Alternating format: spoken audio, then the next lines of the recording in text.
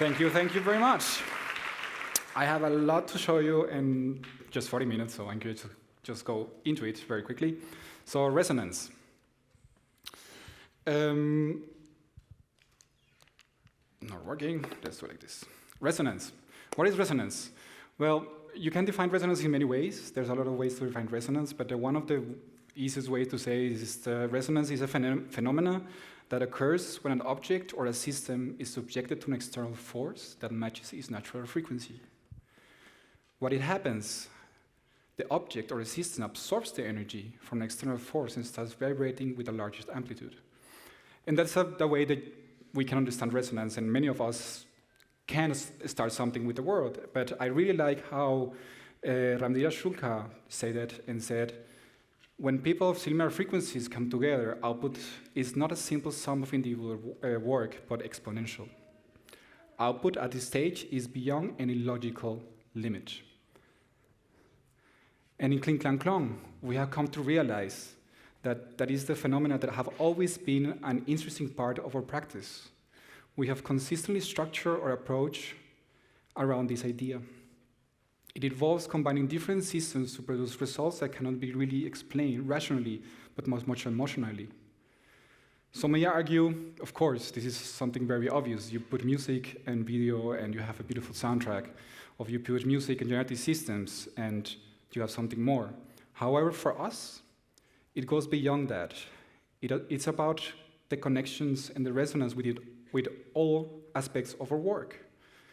We have constantly seek fascination in what we do and find ways to be drawn in by ideas, teams, concepts, people, clients, technologies. We believe that by resonating with our entire environment, we can create sonic worlds that will deeply resonate with our audience. This will result in an experience that defies rational explanation and evokes a profound emotional understanding. So this is the first picture of Kling Klang Klong. This was Kling Klang Klong around 12 years ago. This is like a newborn baby. There was just a few papers on the wall in a very shabby WG in Berlin. In that case, Stuttgart. But it doesn't matter. The thing is, like, we were 4 founders, and at that point, we started to resonate with the idea of combining our passion, music, sound, composition, with the business. We knew that we want to live from it. We knew that this is very difficult as an artist, as a sound designer, as a composer, to bring all together and live from it in a, let's say, in a good way, in a sustainable way, that we cannot not work on weekends and work until 12, have a respect for our work, and so on. So that's what brought us together. Today, we are a group of about 10 people, and to really understand Kling Klang Klong, it's crucial to acknowledge the people behind it. Against all odds, and I have to say also advice from everyone, like our financial advisor was like, no, you're not doing that. We structure and establish a company and a work environment that lacks of hierarchies, monetary disparities, secrets, and the structure, the gains of a structure are shared equally with no exception. Within this environment, each team member works towards the same goal, fostering mutual appreciation, love, and understanding. Our team consists approximately of 9 individuals, like I said, with diverse backgrounds. Among us, we have sound designers, we have composers, we have creative technologies, we have sound artists, musicologists, technologists. Personally, I wear multiple hats. I'm a sound designer, I'm a creative coder, I'm a sound artist. But in Kling Klang Klong, I take the role of creative and magic director. Together with our team, we navigate through the boundaries of design, art, science, and technology to create extraordinary immersive sound experiences. Today, I want to approach 3 different big topics. The first topic is harmonizing movement, and that's our search through the technology of what we're doing at the time. At the time, I was very keen into doing contemporary dance. Not dance myself, but I was doing sound for contemporary dance. I love the contact with the body. I love how they trained. I love how much freedom they gave me. And that was very, very beautiful. And one of my colleagues, they came and they just put a KIKK 1 on the table and say, hey, what can you do with this? At the time, KIKK 1, right? This is very, very old stuff. And I was just playing around. I was playing at Mac, which was already my first mistake, and ended up doing this.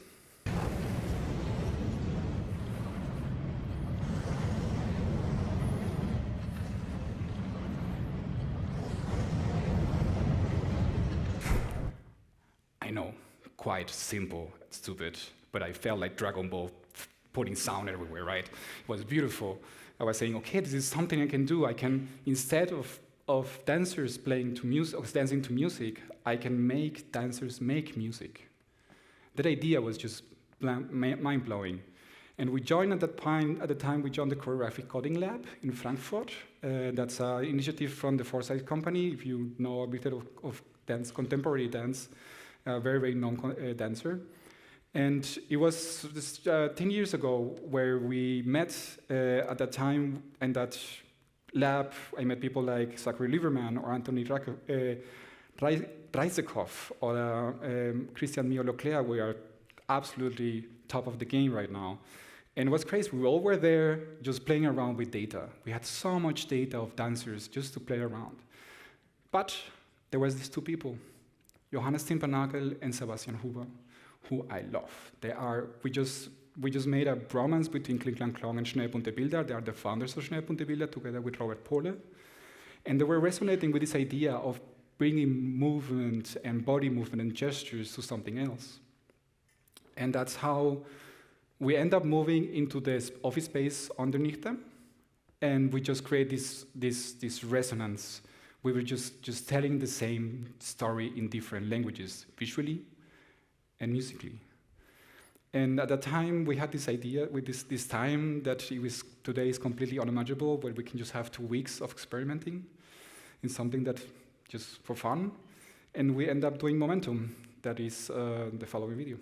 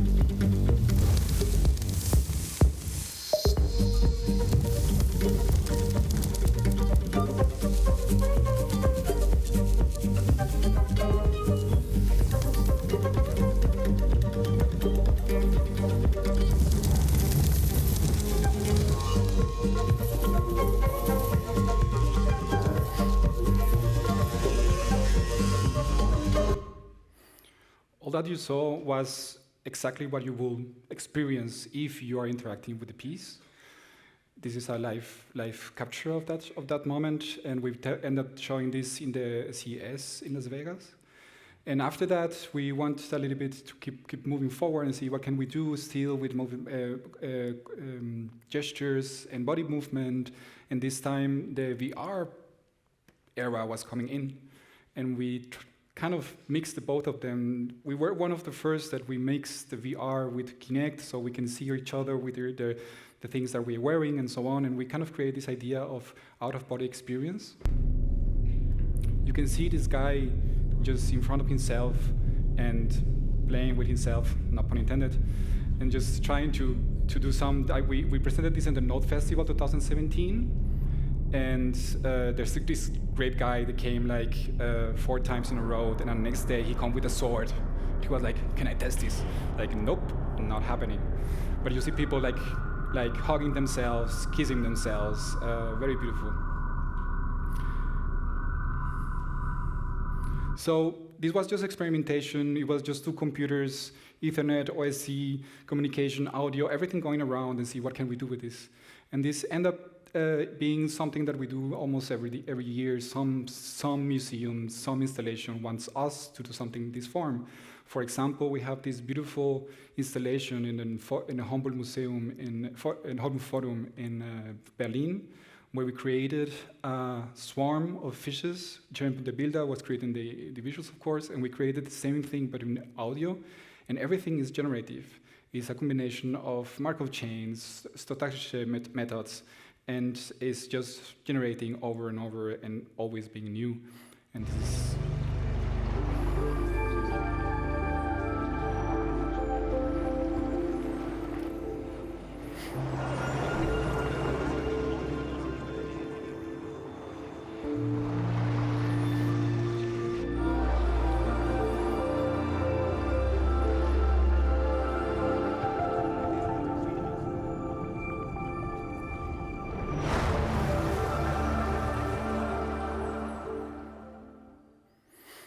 So we kind of marry ourselves with this idea of using technology to create also very beautiful experiences. We also did the Grassi Museum, where we sonify a lot of different design eras, and we use different methods, inclusive AI, to create one of them.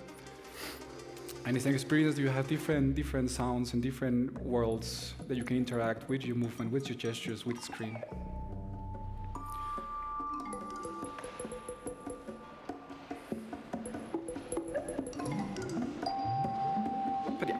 And now to show you.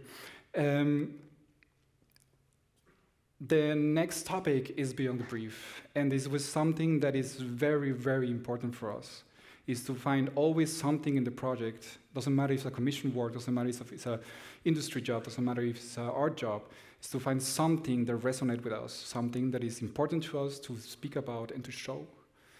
And the very beautiful example is a museum that we did in Denmark, in Kataminde, called Fjortenbelt. It's a research laboratory on the water, so you can see seals and whales. And it was very simple. Art.com, an agency of Berlin, called us and said, "Hey, do you want to do the ambient for it? We need an ambient, a 10-minute ambient. And it has to include the recordings on the water of this museum." Why not? Quite easy. Simple stuff. We can do it in 2 weeks, done. But we were there and like, it doesn't feel right. We need something else. This is something to resonate with. We put our heads into it, we investigate a lot, and we end up researching something that we didn't know. There is a very defined weather data that influence the life on the water. And this 17 of them is like the solar movement, the distance between Earth and Moon, the distance between Earth and Sun, precipitations, humidity, wind, and so on. And for us, this is a musical sheet. This is our composition. This is something that we want to tell. So we created at around 100 different textures based on the underwater recordings. We created different harmonies, different layers of sound that we can modulate with this data. So we create this engine that could be generative, but it's not, because we're going to have direct connection. So we took the weather data 1 year of that year, the year before we did the installation, and created this 4-hour generative ambient. So to remember, the brief was do a 10-minute ambient, and we created a 4-hour generative ambient without any one of the clients or agency knowing. And when we presented, we got the best feedback ever. It was like the director of the museum was saying, "We want to put this piece as a piece of the museum." He was so impressed by it. And we were very happy to know that we were just not doing an ambient, we was communicating information, we were doing something that will emotionally really inform the people what's happening on the water. And this is some impressions.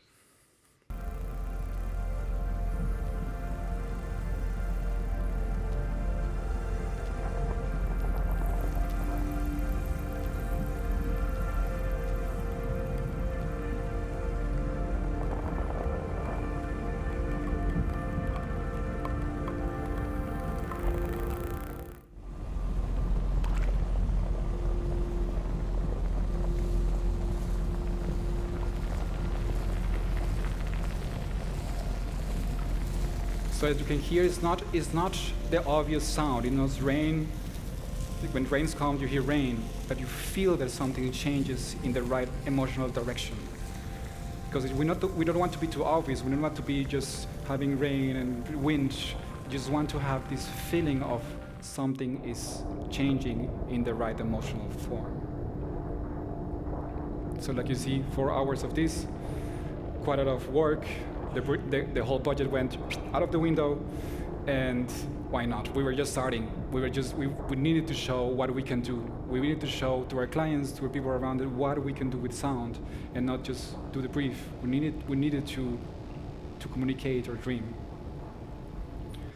That's what happens also with Onformative. Onformative, probably most of you know them, a very, very known studio in Berlin. They were doing this piece about Mandarin River. They were changing the landscape. And they have these papers, they analyzed them and did this beautiful piece that is not scientific, but is very inspired on it. And there are 6 different topics, 6 different styles of it, and they ask us, do you want to do the composition? Again, of course. If I were a freelancer or whatever, I would just get, okay, I could do the composition, I could do the composition, I give them composition, that's it. But no, we of course, with any budget and no time whatsoever, said, okay, let's do this, let's include AI. And you can imagine this is 2018. 2018, this is in AI years like 50 years. Whatever we did there is today super old. I'm a little bit embarrassed of presenting it, but I think it's very important to do it because at that point we use an algorithm called performance RNN, which is today very updated. And we created our own data set, very naive also in that form. And the idea was to create a machine that could improvise, could act as a person that is improvising while watching the visuals, right? And we created this data set, and the composers were playing with it and playing the visuals and playing the improvisation. We created a data set and created so much things that we were trying to create in form of what can we create with the AI. And we end up refeeding the AI, so it just start to copy itself, but not enough. And end up with 600-800 compositions where we can just throw out about 90% of them, but 6 of them or 7 of them are very good. And it's not good in terms of a musician will do it in that way. It's very good in terms of it's music. It's something new. The machine is speaking to us. And to make this idea of reacting to the video, we took all the information that we got from the screen. We took all this and let the AI react to all this information, how long the river is, when it closes, when it opens, how fast it runs. And you can hear the music is something else.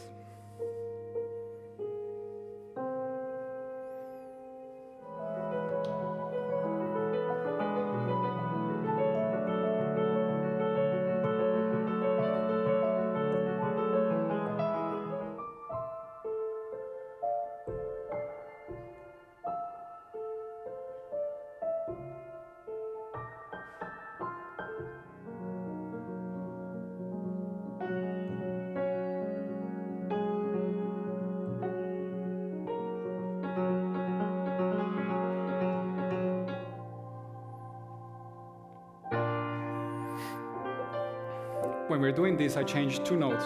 Everything else is directly from AI. Of course, this is me, this is not audio generation. But it's just, you can hear this, there's something beautiful behind it, but it's not human. Of course, we are musicians. Some of us, some of them, I'm not, are very good trained classical musicians. And we always wanted to work with orchestras and big musical bodies. And most of us were always very keen to change a little bit how we can introduce this whole digital world, digital era into the classical concert, the classical ambient, which is quite of a big thing in Germany. So one of the possibilities was to make the sound for the Luxembourg Pavilion in 2020. That was 2021 because of the pandemic. And we got to record the Luxembourg Orchestra, which is quite a beautiful thing. And part of sound. One of the very difficult challenges of this is that the room is just one space, no doors, nothing, with different points of information, different sections, different information that they wanted to communicate.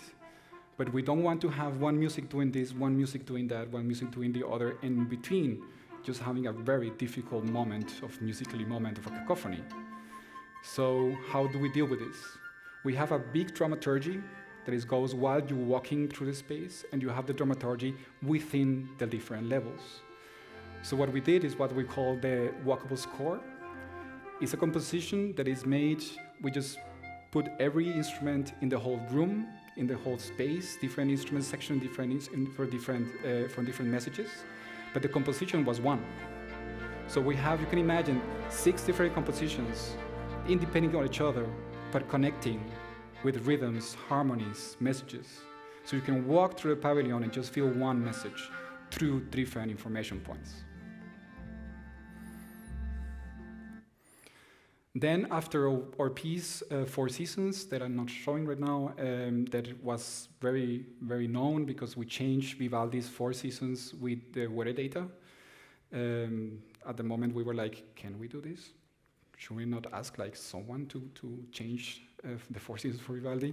But it was a beautiful experience, and we want to go a little bit further, and we end up doing a project with the Landesjugend Orchestra in Berlin called Listen Me to Climate Change, where we created a concert with 5 different pieces, which were, we started with Ravel, ended with Eckhart, which already give us a chronological system, and we wanted to create pieces in between them, but not just compose things with climate data, like change the musical score like we did in 4 Seasons. We want to create something new.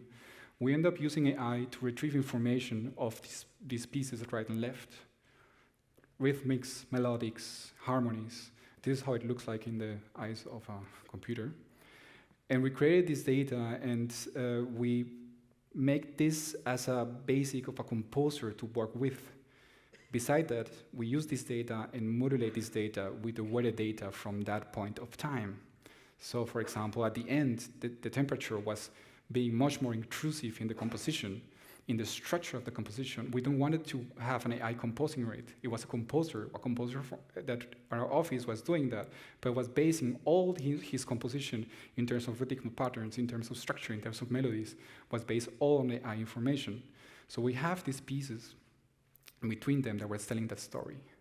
And the piece 3 was very special, because piece 3 was in the middle of it and was a piece for mobile and orchestra. So you could go into the concert, put in your hand, you can have a QR code that you can scan, you will put where you're sitting, and then you will have a stream of something that will interact with the orchestra. And we made a recording afterwards to show this, and this is the piece.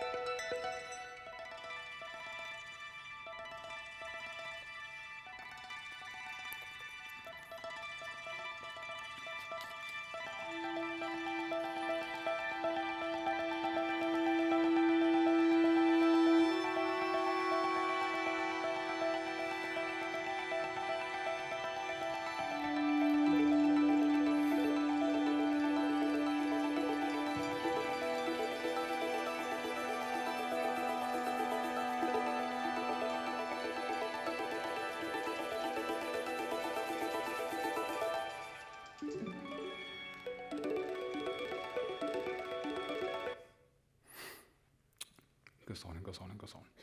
So the very interesting part of it is that we were dealing with very important musical houses like the Concert House in Berlin. like the Elbphilharmonie in Hamburg, and we were trying to get them to kind of innovate, and they're very nervous. They really don't want to. They want to, but they don't know how. They think that we're going to break everything. So we try to make something that is still a concert, is still something that you will enjoy as a person, very normal person that knows what happens in a concert hall. But we are adding a little bit more of different perspectives so people can get inspired for it and change a little bit also the public that are going into it, because they kind of bored of how I call it very disrespectfully, like gray hair publicum, where it's just old people going to it. They want to catch new, younger audiences. And one of the most challenging things that we have done is to create the first AI opera in the world, which was presented. We didn't create it. It was Phase 7 who did that. They produced the whole thing, and they want us to create the sound for it. We composed the half of the opera, and also co-created with Telecom Systems the voice of the AI character that was part of the whole thing. To show you some part of it is a little bit not necessary, because you need to really to understand it, you need to see everything, this whole piece. But it was a challenge, and most of them was a challenge to get together with an audience that is very, very used to classical, very normal stuff or things that you expect. So it was very challenging. This is the Semper Oper, one of the most classical houses in Berlin, in Germany. And yeah, it was great. It was unbelievable research. One of the things that we learned, it was very important, is that whatever you do with the AI tomorrow is old. We were constructing this voice, and 2 weeks before we launched the premiere, a new paper came in, and we're 2 weeks, it's like, oh, we need to change this. This paper is much, much, much better. We did it, and it was great. But of course, we also do our own stuff, because we also have messages to say. And we realize that by doing stuff and by just creating stuff, we realize that we're very, very inspired by nature. We find ourselves resonating with nature algorithms, nature behavior, and how they move. And we created the perfect example of resonance. We were imagining one little piece, one little individual, one little entity that does something very simple. And it's this little firefly. It's just a light and a little motor that is the same that you will have in your mobile, right? Zzz. And everything that it does, it goes zzz and do light. But we were very keen into one algorithm that we were researching that you can find in Asia, where fireflies come together and resonating and light the whole mountain right at the same time. This is a perfect example of synchronization. It's what happens on your heart when you're being built in the womb of your mom, that all the cells in your heart find themselves resonating at the same time and start to sync themselves and start to beat. And it stays like this until you're dead. So we were investigating this algorithm, and we did this piece of 300 fireflies that start very randomly, and at some point start to find each other, make very beautiful choreographies, and then at the end, everything works at the same time.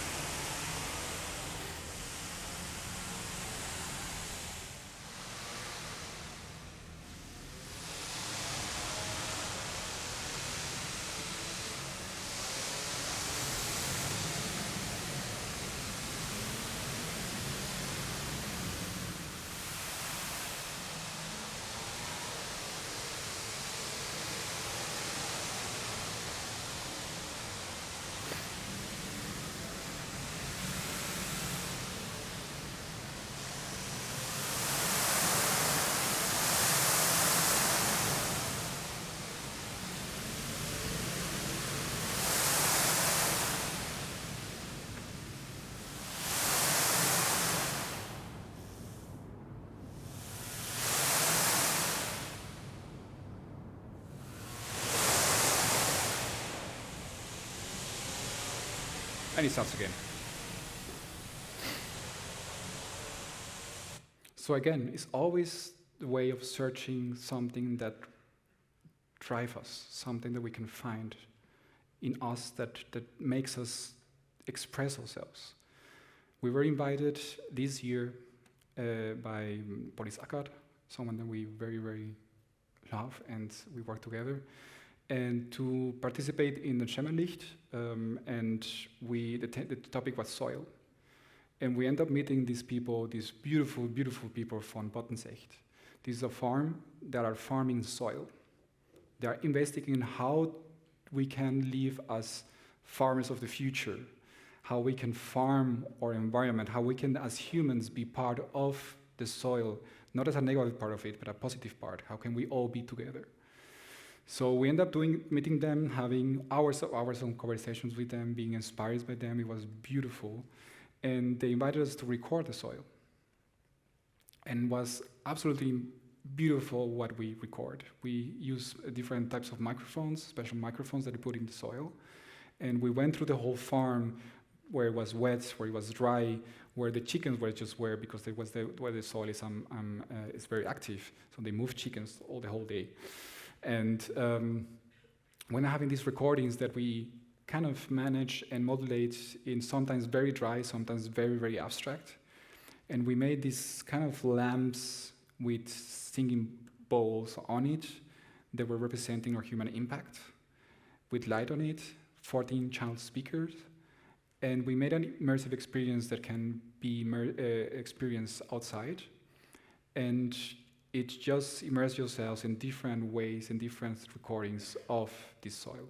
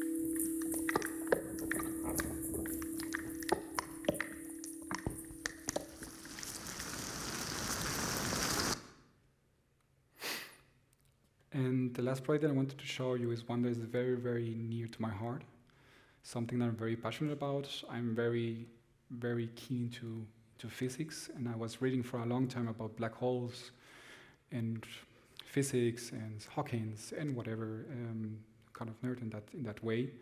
And I was having this idea, and something that could not leave my head. It was how sound would behave if it goes into a black hole. And some smart artists will say, A, there's no air in the space, so sound can move, blah, blah, blah. No, that's not the point. It's what happens if we take time out of sound? What happens if we take information or matter out of sound? What happens if time happens at the same time? Because sound is a time media. If you take time out of a movie, you have a frame. If you take time out of a sound, you have nothing. Just silence. Or if you put just a little bit of time, you have grains. So how can we navigate to a black hole in form of sound? And this could not let my head. And I was very, very, very interested in that. So we just sat down in our team and thought, what can we do? And we ended up doing this installation. There's a sound installation. We have a sculpture that we did. This is a little bit secondary, but it ended up being very, very beautiful. No project whatsoever. It's just a combination of mirrors and motors that are changing the light very, very smoothly. And the thing that we did is I worked with the composer at the office and said, let's do this. Let's imagine a sound that is just going through space, finding a black hole. And if we ignore the laws of determinism, something new comes out.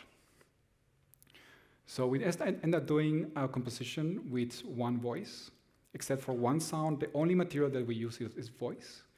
And it's a very poetic interpretation. There's nothing of any data whatsoever. We didn't want to use data in this case. We just wanted to use our interpretation of it. So what you're going to hear is the 5 minutes of sound traveling to space, approaching a black hole, and slowly losing its temporal information, its materiality, its information. And something that you will not experience right now is the end, where it all becomes just something that you can understand, like the beginning is the end is the beginning. And also you get information that it comes completely different, like snippets of different sounds that remember us of our childhood. That will be the part that new sound is coming out in a new form. And I will leave you with this sound, and that will be the last thing I will show you.